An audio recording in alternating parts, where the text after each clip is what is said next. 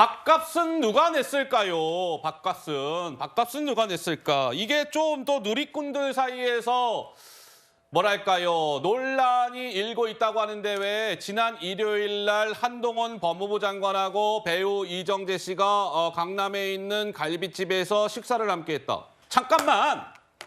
그럼 밥값 누가 낸 거야? 이런 이제 논란이 좀 일었던 모양입니다. 한번 보실까요?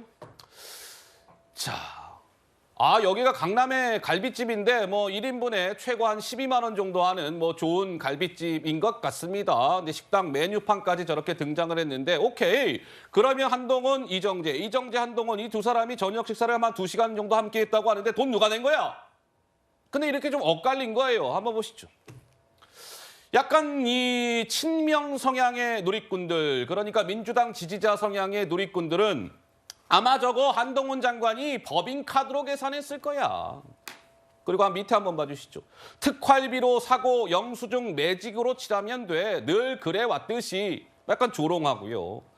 반면에 한동훈 장관을 지지하는 누리꾼들은 아이고야 제발 한동훈이 이정재에게 밥 얻어먹기를 뭐 기도들을 하십니까? 또는 이재명 대표가 법카로 샴푸 사고 초밥을 사 먹은 거를 덮으려고 하는 것 아닙니까? 이렇게 뭔가 얘기가 엇갈렸다고 하는데 그러면 사실관계는 무엇이었을까요? 한번 보시죠.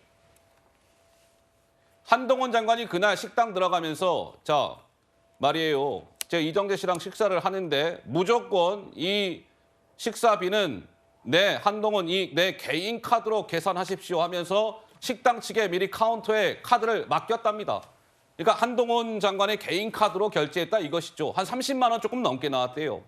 법무부에서 이렇게 밝혔습니다. 아니 장관이 그런데 특활비 쓰면 권력 수사나 지금처럼 야당과 건건이 한동훈 장관이 맞서 싸울 수 있었겠습니까? 황당한 의혹 제기에 불과합니다.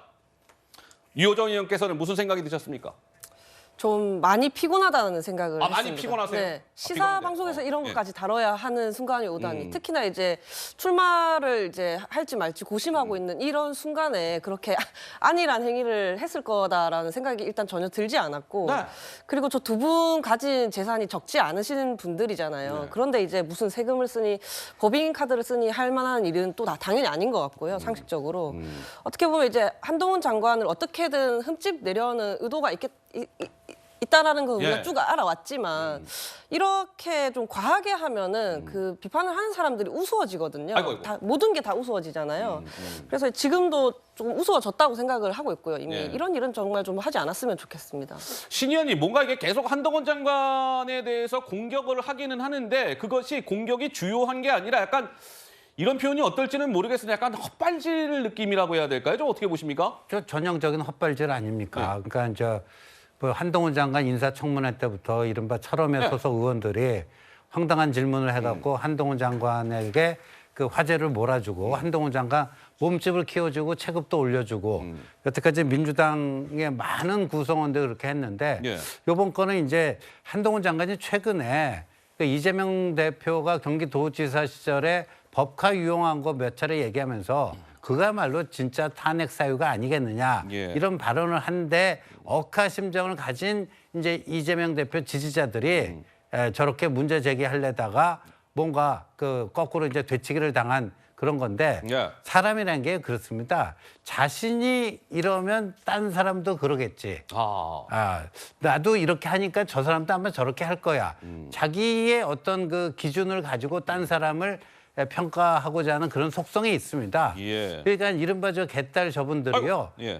이재명 대표의 도덕적 기준. 왜 이재명 대표가 경기도 법과 가지고 뭐 일제 샴푸도 다 쓰시고 뭐 한 세트에 뭐 3만 원이 넘는 그 아침 그 샌드위치 세트도 뭐 토요일 일요일에도 다 드시고 했더라고요. 그 조명윤 씨가 다 지금 증언하지 않았습니까? 그러니까 이재명 대표도 그랬으니까 한동훈 장관도 그러지 않았겠느냐. 이재명의 도덕적 기준을 가지고 한동훈 장관을 어떻게 좀 흠집 내보려다가 아주 보기 좋게 되치기 당한 꼴입니다, 지금. 자, 한동훈 장관과 관련해서 뭐 일거수일투족이 뭐 이렇게 저렇게 많은 관심을 받고 있는 가운데 한동훈 장관이 어제요. 범죄 피해자 인권 대회에 참석을 했습니다. 이 자리에서 피해자들 보호, 지원을 약속하면서 한 장관이 그런데요, 사실은 한동훈 저도 흉기 테러 위협의 피해자입니다. 이렇게 강조했습니다. 한번 들어보시죠. 저도 흉기 테러 위협 범죄의 피해자가 돼봤고 스토킹 범죄 피해자 돼봤고 가짜뉴스 범죄의 피해자가 돼봤습니다. 물론 제가 받은 피해들은 흉악 범죄 피해를 당한 피해자들의 상상하기도 힘든 고통에 비하면 깃털만큼도 안 될 겁니다. 범죄 피해자들의 마음과 범죄 피해자를 지원하는 여러분들의 마음으로 이번에 제도 개선을 꼭 해내겠습니다. 자, 그런데 한동훈 장관이 어제 범죄 피해자 인권대회에 참석한 이후에 사진을 한번 보시면 지금 이 사진 같은 경우는 보시면 쫙 상을 받은 사람들이 이렇게 쭉 서 있는데 한동훈 장관의 위치는 맨 좌측의 가장자리.